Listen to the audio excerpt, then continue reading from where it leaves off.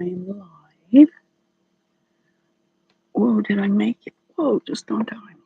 I don't usually do that, but I try. Okay, give it a couple people to start coming in.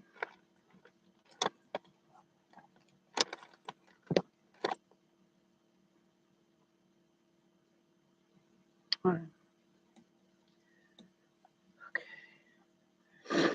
I'm going to have to try to do this at a different time, just because I need Wi-Fi, and it's usually hard to find on a Sunday.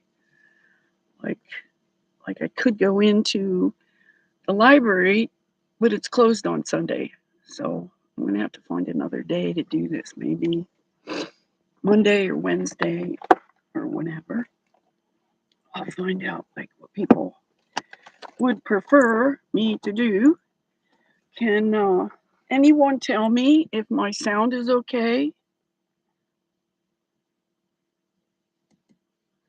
Oh wait, it's pretty low. Okay, how's this? Can someone tell me? Hi Teddy, are you here to harass me? I see you're just a troll everywhere. So you better behave because you'll be only the second person I've ever banned if I do. So I'm giving you some slack because I saw you trying to harass Aphrodite too, saying shit to her. So you're on thin ice with me. So behave, or I'm gonna have to put you in the corner and give you a spanking. So I notice you do that in a lot of places where I see you. So okay, whatever. Weren't you changing your name around and putting it with SETI to Getty or whatever, making it change it with different yeah, that's in me and Milker Nation, yeah. Shoot. You got bobified? What does that mean? Yeah, they gave me, I'm surprised they just gave me made me a mod like right away. So I get a lot of respect in there, I'll tell you. So people believe Owen's bullshit trying to make me look like a bad guy when he was the one that was deranged. So I don't know if you know that or care to know that. But he ran away like the big pussy that he is. He was so he was scared of me. He literally wanted to pay me to go away. Like digging in his pocket in his car with his big dog George right there. And so he ended up driving away like a coward. He's like, "Oh, go," and then turned around and made me said I was deranged when he was the one acting deranged. I just wished I could have filmed it just to show people. I don't know about hoax wars. I don't even know who they are. So I don't go to all these channels that people were telling me to go to and whatever. So he could say whatever he wants. I'm in Barricade Garage's thing, so I'm waiting to see how that plays out with him and Owen, because he's standing up to him too.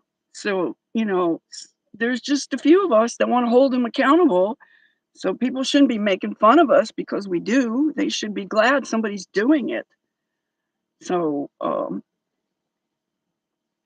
okay, does it sound okay, right? And I don't know how long this is going to go because I'm in my car and I am not plugged into my electricity is not plugged. My charger thing is not plugged in, and I didn't realize it was down so low. It's usually pretty fully charged, but right now it's about 2/3 charged, so it might go down. But I should be good for like maybe an hour. But the last one I only got in like 12 minutes and it went down. But that was because it died. But before that, it was because I think YouTube shut me down. It wasn't my fault. I don't know how it I'm assuming that's because they were also, messing with my live stream, making it, like, fade in and out and doing all this interference and putting it on a watch and see if they don't put it, like, after it gets going for, like, 10 minutes or 15 minutes, if it doesn't start, um, going into what do they call it? Like, a lower resolution and start to, pixelate and buffer and do all these other weird things, so I never really got to tell the whole story about what happened to me at the desert that I'm now calling Slob City instead of Slab City because I was just so grossed out and disgusted by that place. I will never go back there, and I'm not encouraging anyone else to go there. I was, but then after this last time, this is my second time there, and it was awful. I wasn't enjoying myself.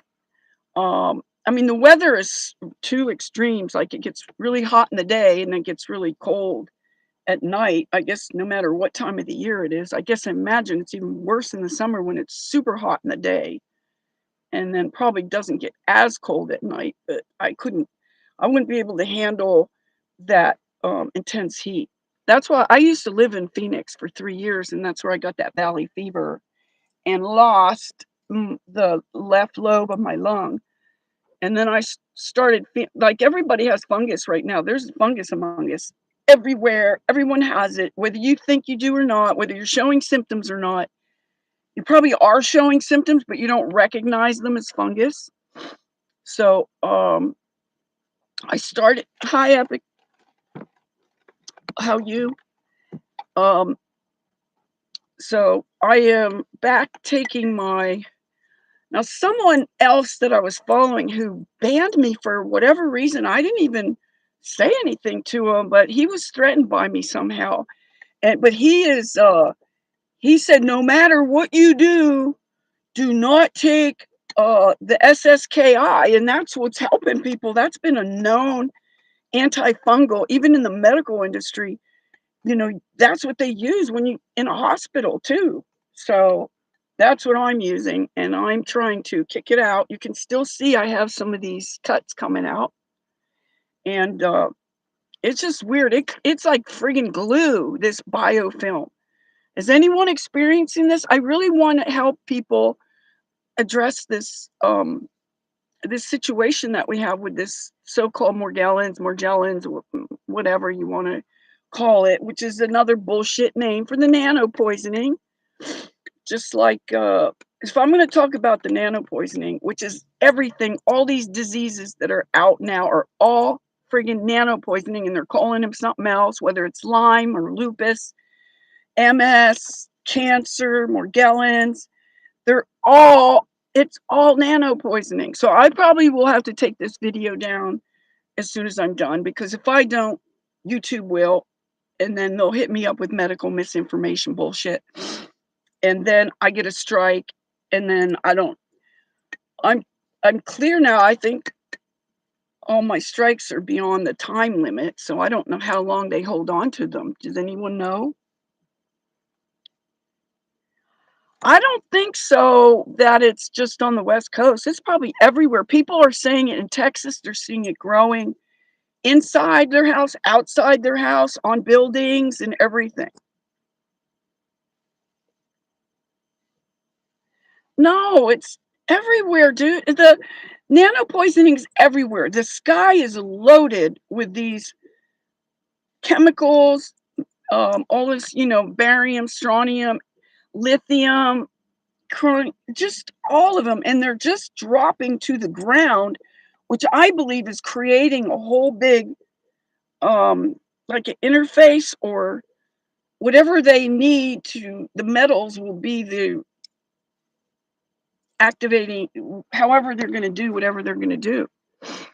Because why do you think they're spraying all these chemicals in the sky? And where do you think they go? They don't just stay up there. They're going to fall down. They're going to come down with the rain.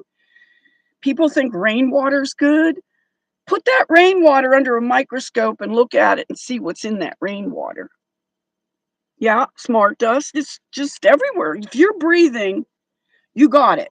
Unless you think you're special, like, and you don't have to breathe, then uh and masks don't do any good any with that either because they're nano size. They're going to go right through those masks. Those masks, there's people in Washington just wearing those masks even though there's no mandate even for which mandate isn't even a law. But so if there was one, you shouldn't have to wear it, but especially if there isn't one, why are people wearing them still inside their cars alone or outside? I went to my friend's daughter's softball game the day before yesterday, and people they those kids were wearing masks playing softball outside. This is so sad. Oh man, and the poor kids don't know any better. They're imitating the adults that are doing this, and or the parents are making them wear them. And I walk past them and I say, "Child abuse." So I don't care what they think of me. It's child abuse to make them wear that. They're these people are under the spell and they're just going to do whatever they're going to do.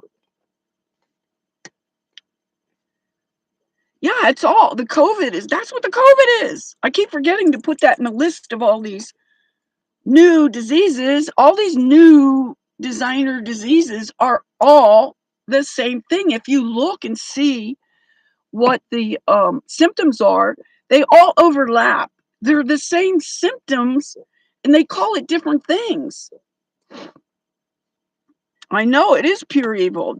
This whole shit show that's going on is pure evil, and it's just crazy how people can't see through it and know that that's everything is weaponized. Everything, everything you put on or in your body. Oh, these stupid things keep coming up.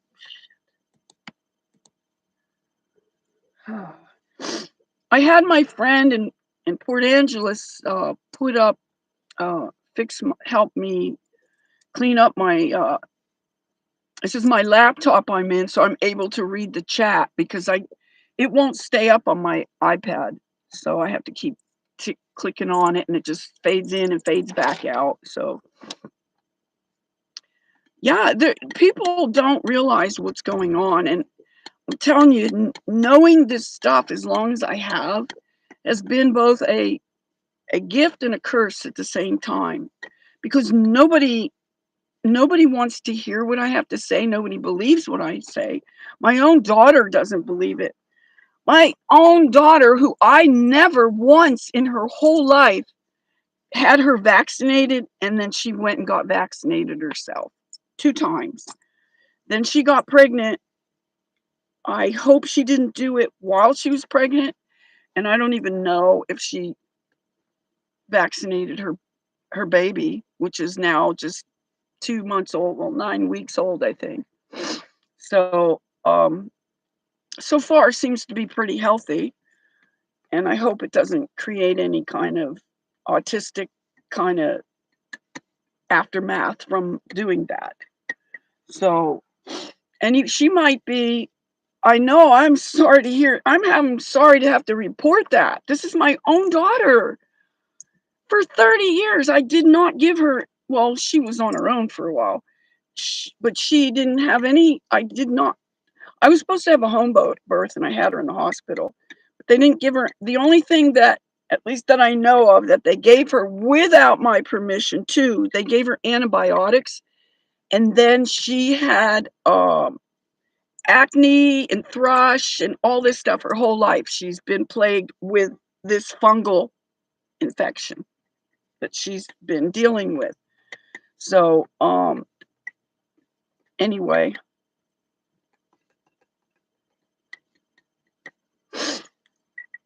so I started to talk about in my last video that ended up going down on me. I was talking about what happened to me when I got to the desert this time at Slab City. It is so disgusting there, the filth and the piles of garbage and everything. I don't know, it could, if you really like the desert, I could see why you would like it, for it being the sunsets are beautiful, and it's generally pretty quiet out there. It's almost too quiet because they didn't hear any crickets or birds or anything that I'm used to, because 'cause I'm used to Washington and the trees and everything, and there's, like, no trees there, there's just dried up bushes, and there's just piles of garbage everywhere. Just, I mean, rusting out car parts, nails and screws, and that the first time I went there, I drove in and got a flat tire right off the bat. I had it fixed a couple times, I got it plugged and replugged. 3 times I fixed it, and I just ended up getting another tire. So I was able to get a tire pretty cheap that's still doing pretty good. So so anyway, in the middle of the night, like, it's, like, dead quiet, and then all of a sudden you just hear "Grrr," all these rounds of ammunition going off and bombing because there's uh, a what do you call it? Um, I can't think of the word. It's just like a military base out in the middle of nowhere where they practice, shoot off all these rounds and everything, so it probably sounds even more scary because it's so dead quiet, and that's all you hear is just that. So that kinda was creepy in the middle of the night. No, I didn't get to go to Joshua Tree. I was gonna even go to the Fountain of Youth again because I went there once before, but I just never did, so yeah, it was pretty freaky, but it wasn't I mean, it wasn't like it was right there. I mean, it was nearby though, because they were constantly bombing and doing shit, practicing whatever evil they're practicing to do whatever. So this is the first time I've ever done this with my laptop in my car, so it's pretty tight quarters in here. Can see my head touches the ceiling in here, so that's why I need a bigger van. This is way too small to be living in. I mean, it's all right, like if you're just camping for a couple weeks, but I've been like over a couple years now in here. So it's getting pretty cramped and everything. It's okay, but anywho. So when I was there this time, um it seems to be doing okay as long as it doesn't die. I don't know how long it will hold up. Let me see what I'm at right here. Okay, it's saying it's at 58%. So it probably will go down within an hour or something like that. I am back up north. I just pulled into Washington to where my stomping grounds are here, like Bellingham, Birch Bay, Blaine. So I'm at the Blaine Library, which is right at the Canadian border. And my daughter's in Vancouver, BC, right above it. And I'm in Blaine, right below the imaginary line that we have to respect. So I've already been back one. This is my second time back to come back and see the baby. So we have to meet in a park that is called Peace Arch Park, and it's the border. So one side is Canada and one side is America. And because she doesn't have a hi Renee, how you doing? So so she doesn't have the birth certificate yet, which sadly I guess she's gonna get. I told her at least get the certificate of birth. And but she doesn't understand all this stuff about how our birth certificates are, like, what they're doing and all that stuff. And I won't go into that because I don't know. I'm not the best at explaining that, but I know I still want to learn more about that and how to counter it and stuff like that. And how I want to learn more about, how to deal with the police because I just got stopped on my way back in Washington. This is the first time for not wearing a seatbelt. Oh, my hands are tied. I have to do this. Yeah, sure, right. You have to do this. Meanwhile, I had expired registration plates that have been expired since February, and that was okay. But they don't get any immediate money from that. It goes to another office. But if I pay the $145 ticket for not wearing a seatbelt. And coming on to me, this is a young cop telling me about, how it saves lives. Man, I grew up in the 60s and 50s. I was a kid, and we didn't wear seatbelts, and I'm still here. It's like, it's such bullshit. But yet it's okay to go do live, what do you call it? Not live, but extreme sports. You can go ski off a mountain, and you'd be more likely to get hurt from that than a car accident, I think. For a cigarette butt, oh, you threw it out the window. Well, some places are up to $1,000 for littering. I see that in a lot of places. So, but the cops have been pretty cool with me lately. The one place where I expected them to treat me like pretty bad was in Portland, and they were actually really nice. So I don't know. Um, but the cops on the West Coast and the South are worse than on the, on the East Coast are worse than the West Coast. So I didn't have any problems coming all the way through California by Arizona from Slab City, which is directly east of like San Diego. So I went back in there and up the coast, and I hooked up with Aphrodite Rose again, and we did another live. We didn't get to do a live stream this time because she got sick. She got the same, like everyone's having these same symptoms, that everybody got like this real watery diarrhea that were blowing out, like, and some people were vomiting and just generally really feeling really bad, but everybody had the same friggin' symptoms. And it's sort of like, when everybody gets the measles at the same time, like in Europe, they put their kids together so they all get them and get it over with. It's a resonance thing. It's not contagious in the way we're led to believe, but it's a resonance thing. Just like women, when they start hanging out together, start getting all their periods at the same time. That's a phenomena. That's a resonance phenomena. So, but this, I don't know, somebody else that I used to listen to came on and started talking about fungus that everybody has is contagious. And I'm going to have to research a little bit more because I don't know that it's actually contagious unless it's some other thing in there that is contagious. And so, what they call COVID is basically the nano poisoning. So, because I'm talking about this, um, I'm probably gonna have to delete this at the end. So, if you guys want to give me a thumbs up now, I don't know how much it counts in the overall thing. If I'm going to take it down, if I take it down, if it matters or not. But I doubt if I'm going to leave it up if I'm talking about that because I'm sure I'll get a strike. Because do you hear anybody else talking about this? Very few people are saying these things and are not saying them because they don't want to get their channel taken down or get a strike or whatever. So my last one I got was a copyright strike. And it was just because there was background music playing. It wasn't music that I put on to the video.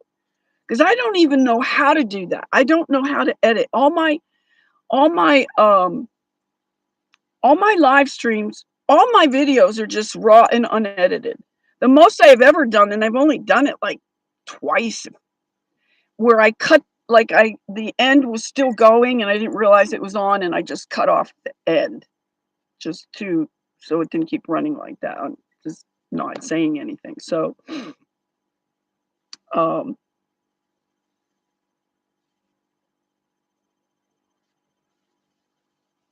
what are you saying, Renee? About Ryan? Burn the Color It Fiction. Is that the name of their channel? I don't know what that is. Sovereign Soul Unchained Mind, as well as his son. Oh, his son is the Burn the Corporate Fiction. Both talk about this several times a week.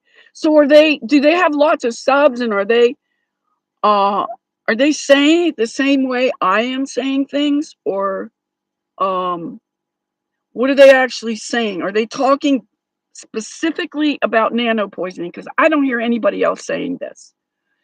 Maybe two people that I know that I follow that might talk about it.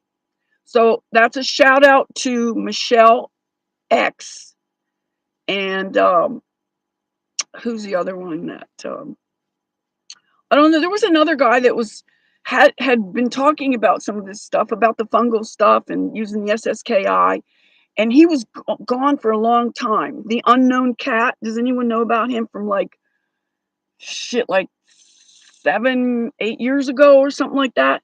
Then he sort of disappeared, and then he came back on and said he was going to come on regularly, like at Thursdays at 7:30 or whatever time it was. And I kept looking for him, and he never came back on. He came on for a few times, and then he said he was going to make it a regular thing, and then he totally stopped. He wasn't on anymore. So I don't know if they got to him or whatever happened, but I know that get I get attacked and tortured basically for what shit is going what I'm saying and pointing things out and stuff. So I have gone through and had to unsub from so many channels that originally I thought were good channels, these so-called truthers. I don't even call myself a truther because that's sort of a weaponized word. And there's a lot of people who are not telling the truth, calling themselves that. So I don't want to be associated with them. So, well,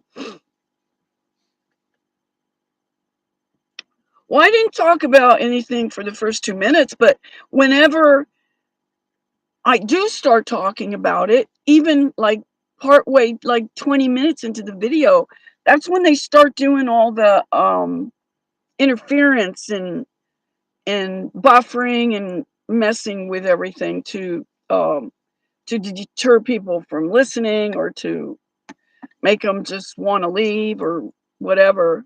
Um,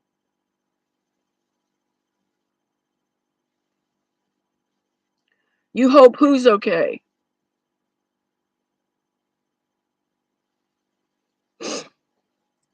Okay, so I guess now I'll start talking about what happened to me at the desert with this person that when they first came, I was at this place called Mojos, and there it was a camps, like a regular, not a regular campsite. It was like the lady and her boyfriend run like for $25 you can stay.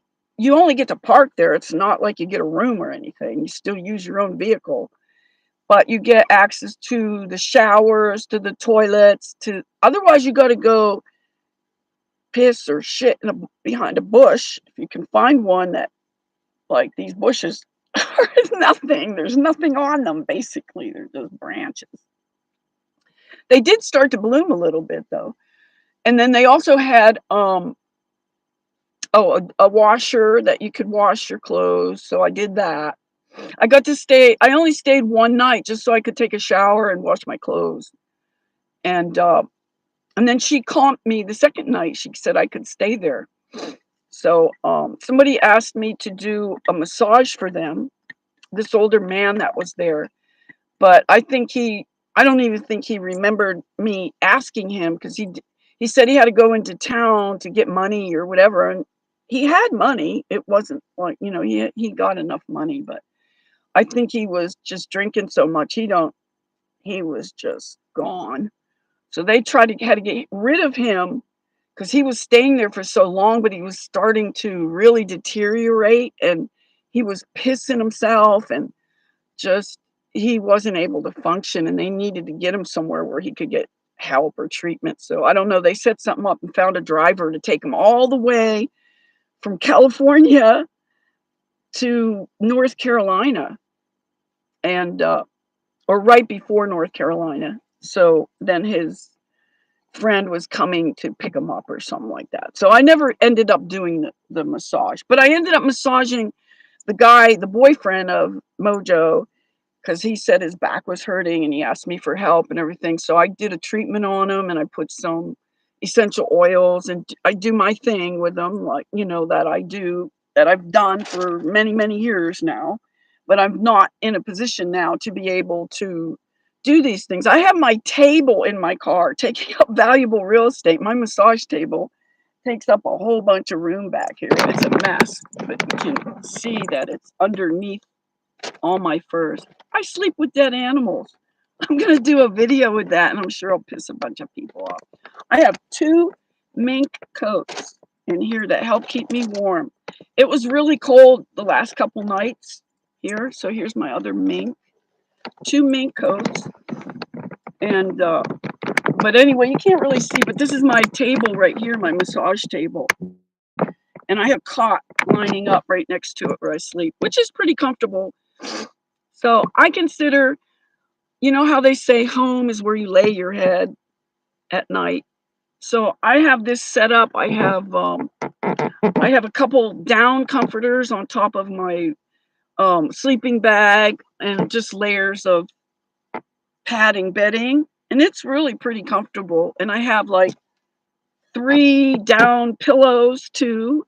So it is comfortable, you know, where I sleep. It's pretty thin because it's just, but you can see I'm not a big person. I weigh like 138, and I did go up over 140, but now I'm going down because they've reduced my food stamps to $68 a month. Like 2 months ago, it was, I forget, they were giving us like hundred and something a month for food stamps, almost $200, I think. And now it's down to $68. That's only like $2.25 a day. That's what they give me to live, to eat. So I've already started losing weight, not intentionally, but I'm just going to eventually start losing weight because I'll probably end up fasting and use that. Like I try to do that this time of year anyway, during the spring and sometimes in the fall. And it's not fasting unless you're fasting at least 3 days or more. These people with their intermittent fasting, they're so full of shit.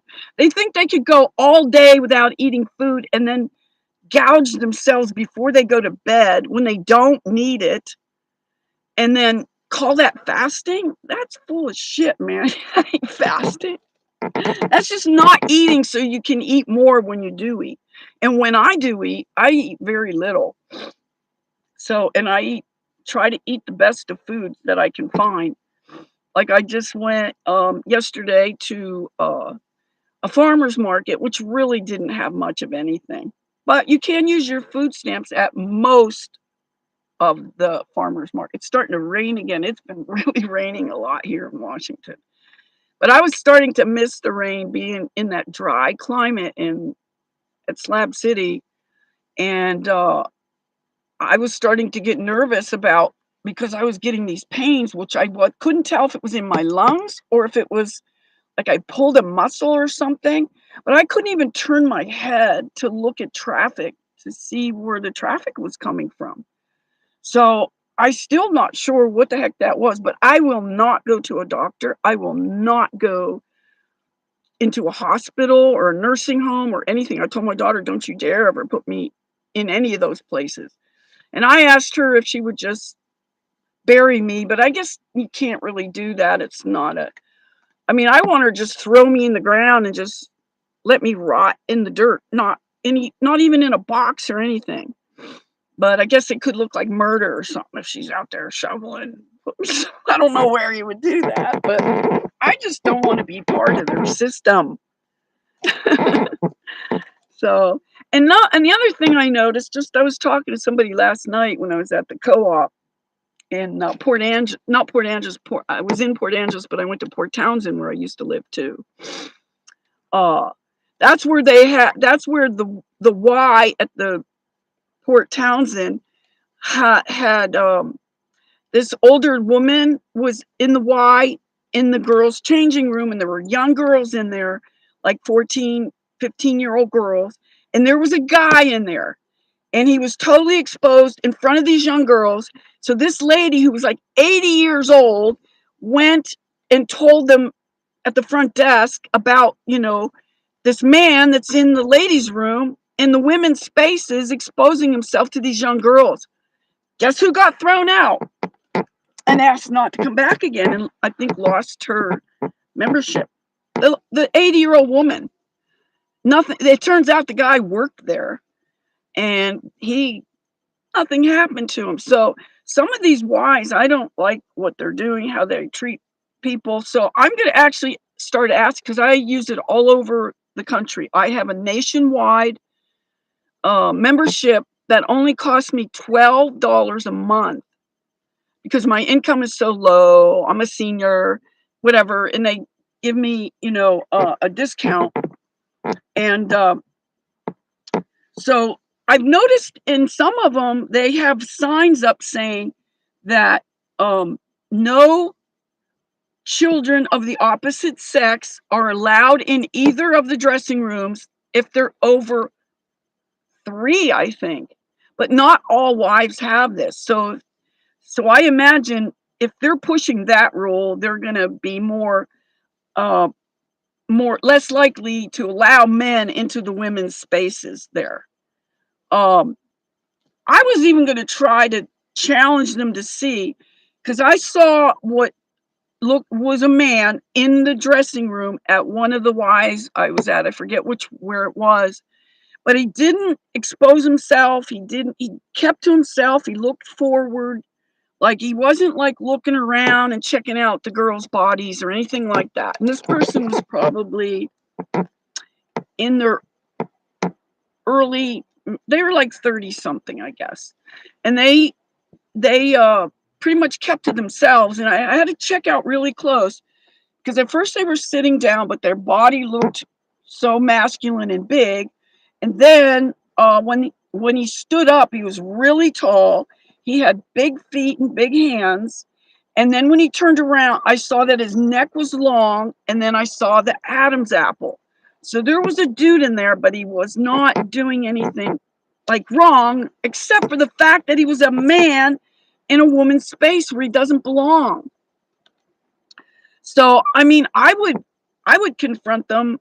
If I would say something, I would humiliate the fuck out of them. I'd start laughing at them or something, saying, "What, is your penis so small you can't go into the men's room? You just want to pretend you're a woman or something?" And here, I don't know if they had any surgery or anything like that.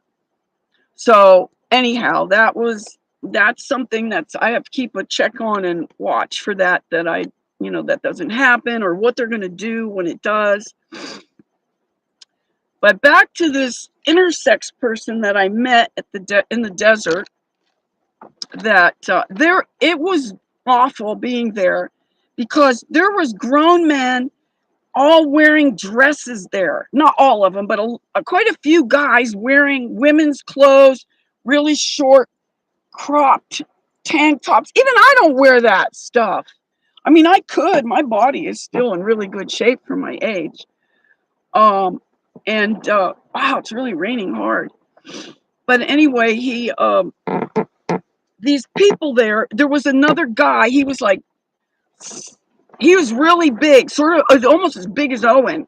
Owen's not 6'8", people. Don't believe that shit. He's not 6'6" either, because he says both of those figures. He forgets, I guess, what he said the last time. He's not even 6'4", I don't think. He isn't.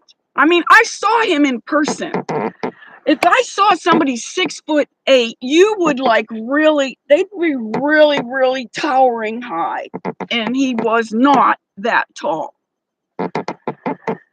And, but anyway, this guy in the other guy I was starting to say, this really, really tall, big guy, came around in a onesie.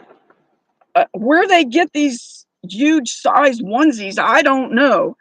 But he also had a binky attached to pinned on his shirt with like a ribbon on it or something. Oh my God, these people were it was just weird. It was like so degenerate there, and it was just awkward and uncomfortable. And I ended up and there was a lot of really misfits and people with autism and just like mental illness all around. The sanest people that were there were at Mojos. the lady that owns it, and she must have to tolerate a lot of stuff because she has to deal with the cops and everything because they come and talk to her and help figure out, who's doing what and all that. So anyway, I'm there at her place, and like they have a table there, people playing chess, and they have coffee.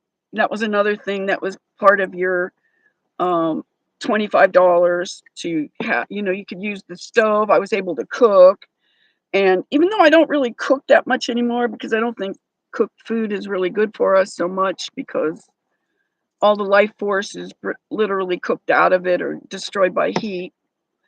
Um, but anyway, I was sitting there when this person came up, and I'm looking at him, trying to figure out what the person was, whether it was a female or a male, or a male trying to look like a female, or a female trying to look like a male, because they mostly presented as male. But then I saw that they had tits, they had boobs, and the shirt that they were wearing was showing it up in a way that he didn't want it to be. Because later, when I told him, when I first saw him, I says, I noticed your tits right away. And I was able to talk directly with this person. They appreciated my honesty, which most people don't, because I'm just, like I've had people just tell me, you're the most straightforward person I've ever met. And I'm just honest. I just don't have it in me to lie to people. I can't do it. Um, I might lie maybe to the police, and I usually don't. But if it meant me going to jail again, I would probably say something or reword it in a way that whatever, because they'll hold anything against you. So, anyhow, this person, I started to talk to them, and they were interesting to talk to. And I thought, oh, here's somebody like that I can talk to in a way that normally most people I couldn't. So at that point, we weren't really talking so much about the fact that he was intersexed, is what I found out later. He invited me to his place to stay there in my car. I mean, I probably could have stayed inside, but I didn't want to. And he did not have it set up. It was disgusting. Another disgusting, dirty place. And this person, it turns out, was another person who was autistic on the spectrum. I guess you would say more like Asperger's, because I saw that the behavior was the same as someone else that did have Asperger's that told me they had it. So if they tell me up front that they have this going on, I can be a lot more patient and understanding.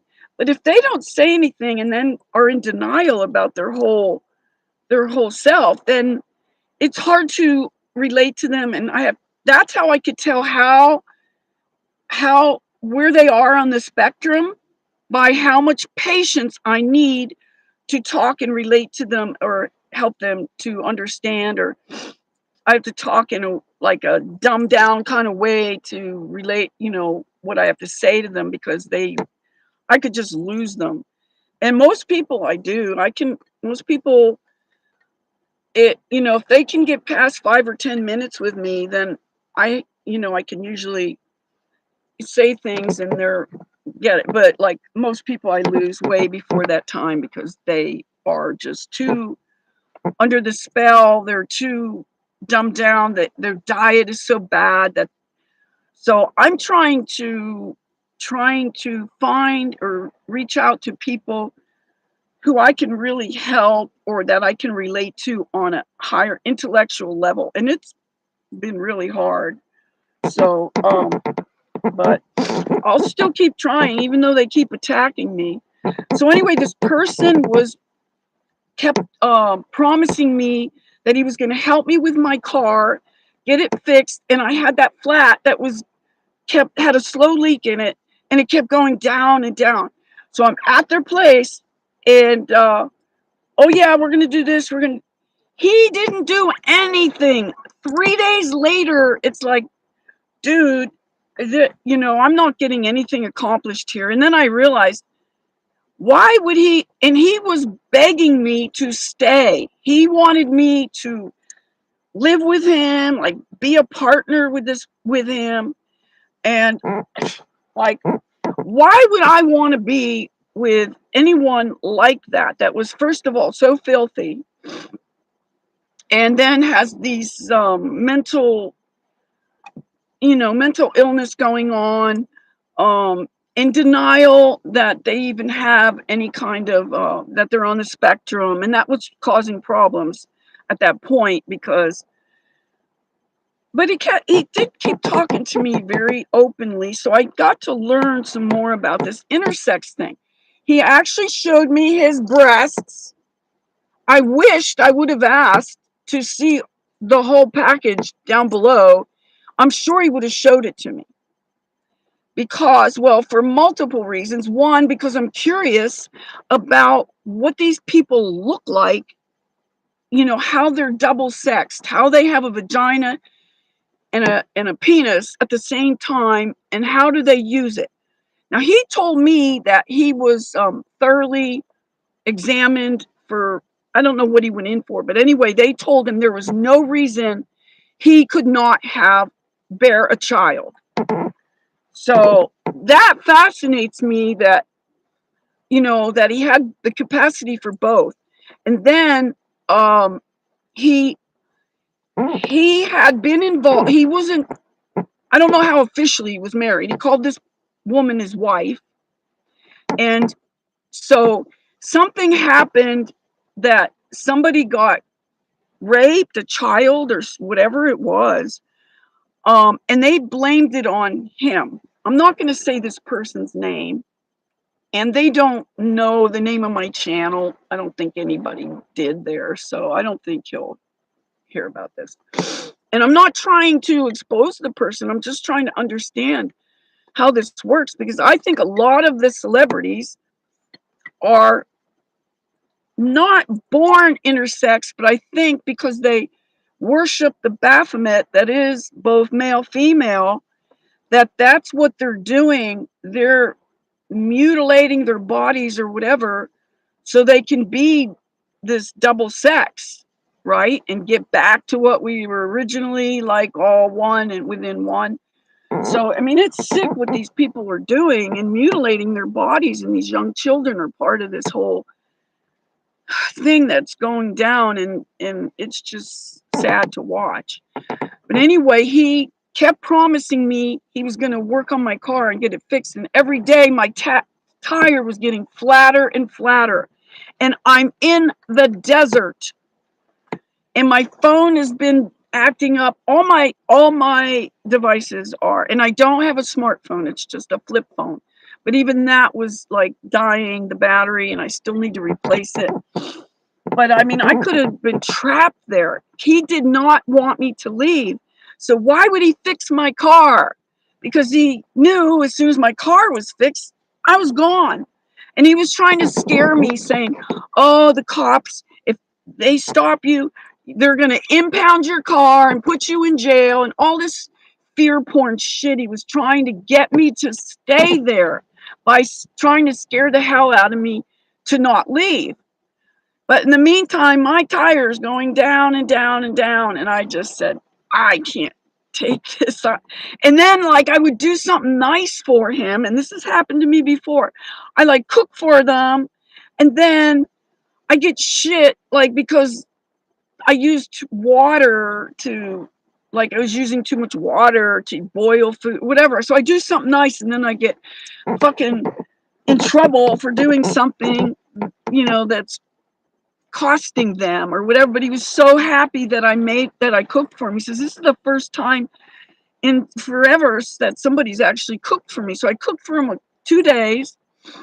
And then also, I cut his hair. And I said, I told, like, we decided that that I'm gonna give him a more masculine haircut, because he was wearing his hair like sort of layered in this wavy thing that looked more effeminate. So I cut his hair shorter down, like a man's haircut. And even though he had all these cowlicks and stuff, I made it look pretty good. And then when he's done, instead, like, I didn't charge him for it. like, not that he could afford to pay me for it, because it would, like, I was getting $40 for a haircut over 40 years ago. So it's like I don't even really do haircuts that much anymore. I do it as a favor to be nice to somebody, or if, like, as like a bartering thing or some kind of trade, or just to help them out. Just I actually did quite a few haircuts when I was there, because it was what they call the prom that they have every year at this time at Slab City. Hi Dan, how you doing? I was just talking about you, telling the people how you helped clean up my laptop for me a little bit. So I'm back in Blaine at the border, and it's raining like hell here. So what was I saying? Yeah, so what was I just talking about before Danny came in on and interrupted me? How you feeling? You feeling better, Dan? So anyway, so I cut his hair. It looked good. He was happy with it. And then he has the fucking nerve to tell me the broom is wherever the fuck the broom was. It's like, motherfucker, I just cut his hair and I have to clean the hair up too? No, I didn't do it. Of course I didn't do it. I mean, I tried to keep most of the hair. I put it in the garbage as I was going along. So there was, like, as if his house was disgustingly dirty and a little bit of hair. I mean, I picked up any clumps, but I wasn't about to go sweep his fucking floor. Oh, thanks, Danny. That's cool. That's what we need, more hugs, and everybody, with their fucking 6 foot distancing. And I noticed that on the floor at restaurant or places where, like, I had to go to the food stamp place, they have like these distancing things, and they're like barely even 5 feet apart, let alone 8 or 6 feet. So, yeah, more hugs, less drugs. So, I'm a hugger. I just think that's a good way to connect, like heart to heart. Like, when you hug each other, it just feels warm, and it's acknowledging and everything. That was a thing I always did, and my daughter was quite impressed. And then she actually started doing it. So that was kind of cool, where everywhere I went when we went out together, I always tried to make people laugh, or at the very least smile. And now with all these masks on, you can't hardly, make that connection. You got your eyes to talk, but it hides the smiles. And so that, like, really upset me when I was in literal shock when I went out when this first happened and saw everybody in those ridiculous masks covering up the breathing hole. It just amazes me how these dark forces could influence the whole world. At least 90 some percent of them would go for this shit at all on any level. I mean, even with the mandates, I didn't do it. Y'all know that some of you know that what happened to me at the border, at the Canadian border, how they called me out and, did the whole search my car. And I was there for 4.5 hours. They called in Homeland Security because I refused to put on a mask. I refused their authority to tell me what to do. So they called in Homeland Security, and Homeland Security was quite impressed with me. I walked out of there with my head held so high because I stuck to my guns, and they were quite impressed that I did. They're saying, "Boy, you are a strong woman. That your convictions are so strong, and you don't back down." They were praising me for this, and even telling me that you don't look the age that's on your driver's license. So, and then everybody was super nice to me after that. When they, like, released me and I could go, they were all at my car. There was at least a half a dozen of these agents that were, border patrol agents, whatever. I don't think they're true cops, but they have authority over us, I guess. And they were super nice to me. They wanted to help me because they tore apart my whole car. And it's like, if you've ever had to live in your car, you know what a jigsaw puzzle it is to try to, keep everything in order and stuff like that. And in this car, I don't have the section. Like my Cadillac was so cool. I loved it and I miss my car. I had a 94 Cadillac DeVille in good shape. It was a tank. It ran so well. It was so smooth and it was huge. And I could sleep across this way in the car. I mean, it was a little bit tight. I'm like 5'6".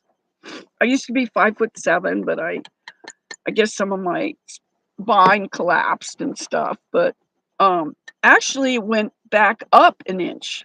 I lost 2 inches and regained an inch just from what I'm doing and trying to strengthen my body. And I think one of the biggest things that we could do is avoidance. Stay away from a lot of this stuff. Oh, I didn't see what somebody said back here. Okay. Where's this doing? Okay.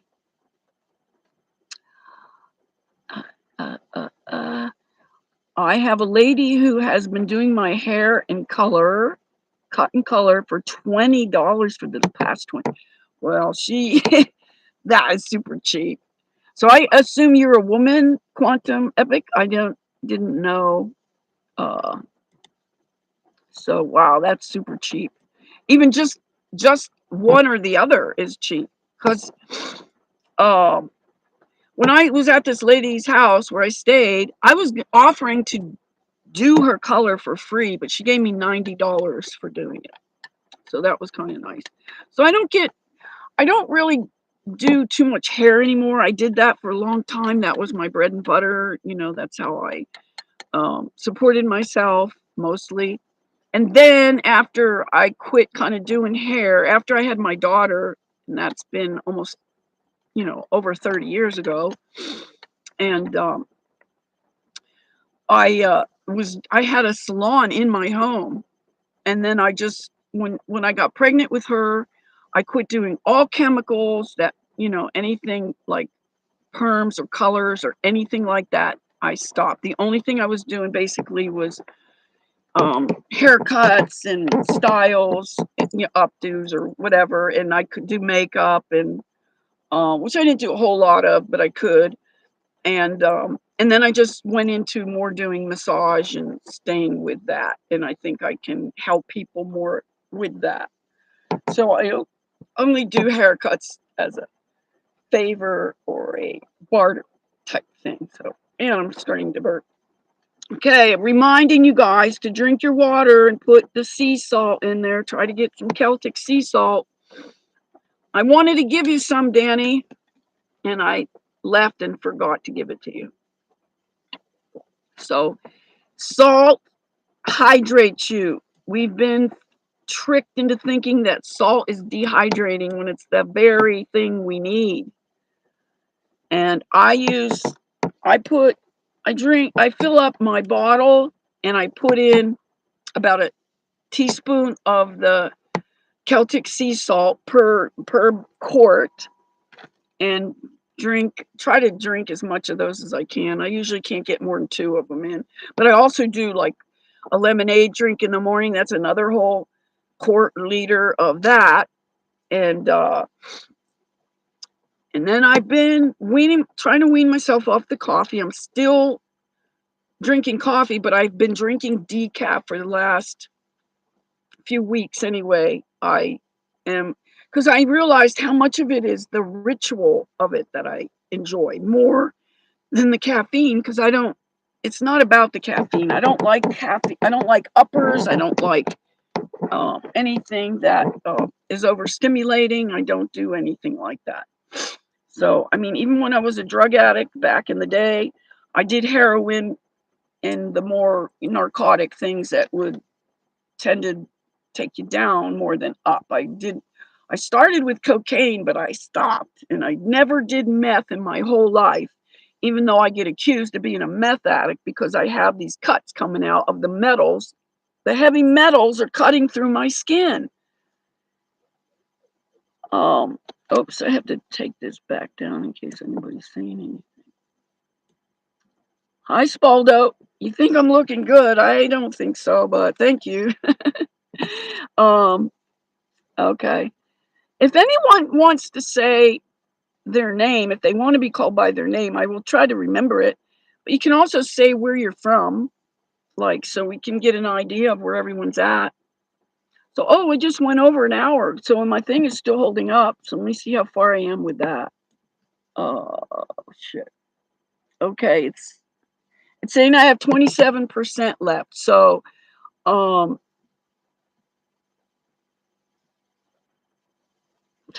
thank you. I like to think so, but in this world, if you're full of light and and the people around you are dark, it just triggers them and they can't handle it. Like, my friend Ariel was always talking about my Merkaba is so bright that it it like sends people away from me. So he says in an ideal world, people would be flocking to you for your treatments and stuff. So I mean, I have over 50 years of helping people in many ways, but more recently through my treatments. I used to have a bed and breakfast when I lived in Canada. I had two bed and breakfasts when I lived in Canada, on Salt Spring Island, which was the best place I ever lived. And I've lived in some really nice places. Even here in Washington, I lived in nice places in Birch Bay.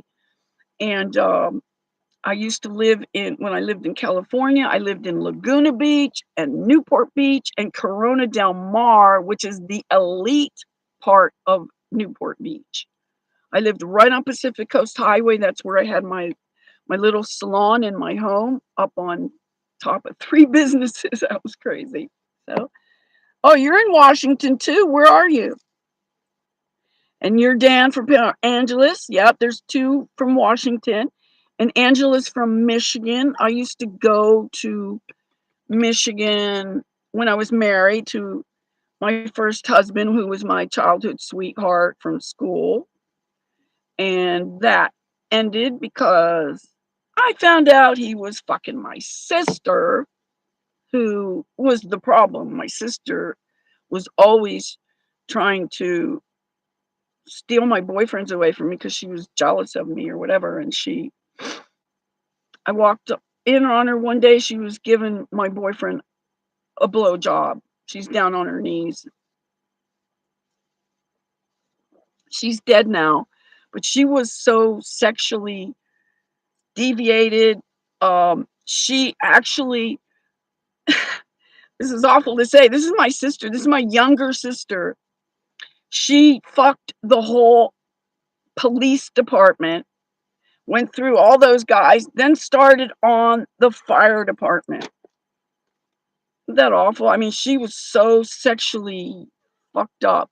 Uh, I assume she was probably getting molested too by her father, which he also was molesting me as a child, as a baby and everything. But he wasn't my real father. I found that out. My mom confessed a lot of things to me before she died. She told me about that. She told me that, who my father really was and his name and his age and everything. And then I looked at it and I confirmed what she said, and then found out that my uncle was my older brother, and that most likely my grandfather was the one who impregnated her with what was my older brother that my grandmother raised, and we were told that it was our uncle. So a lot of sexual perversion in our family.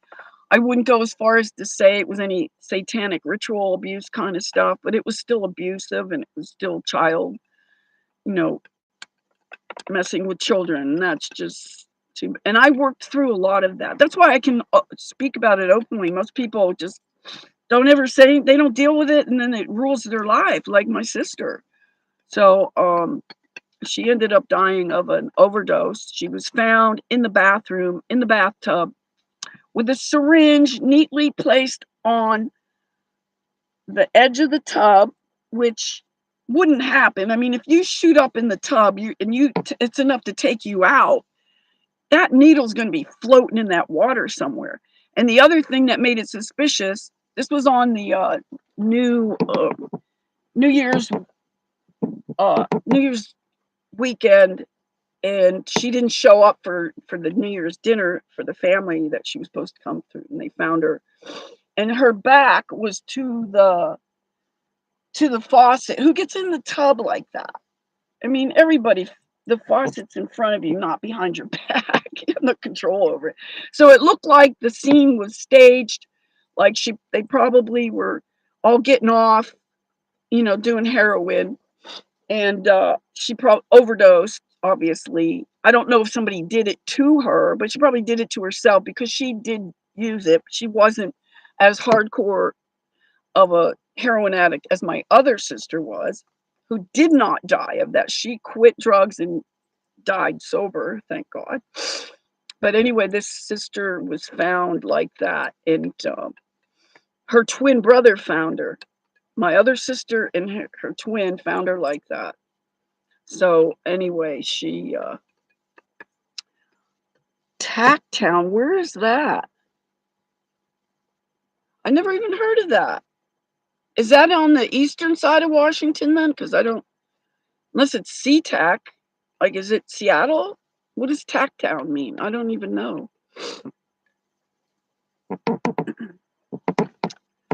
So,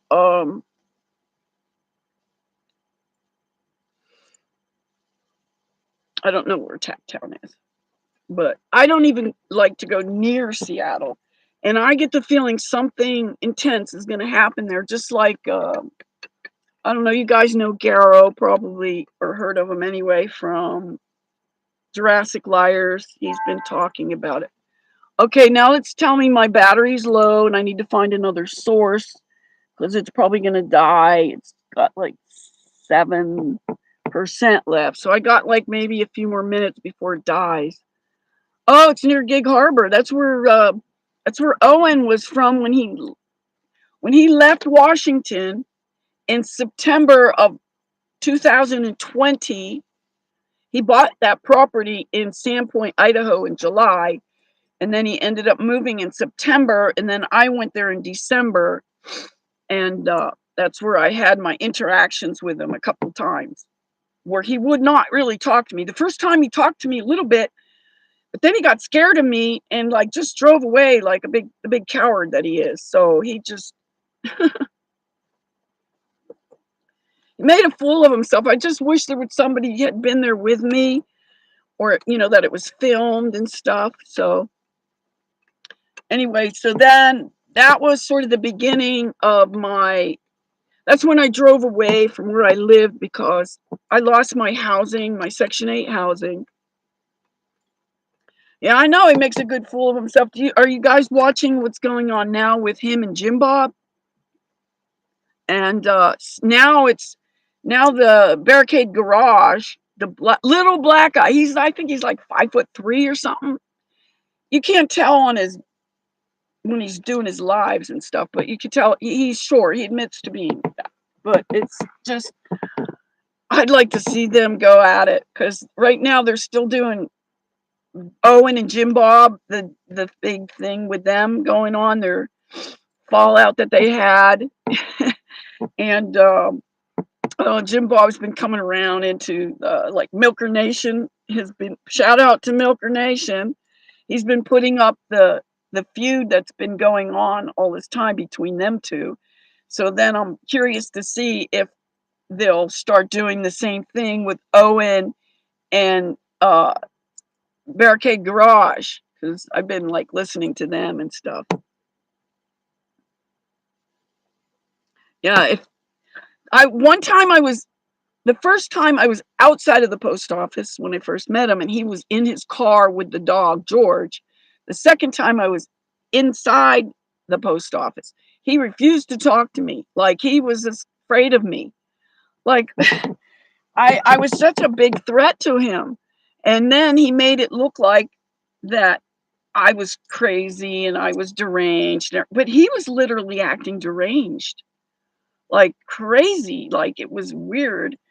And but anyway, so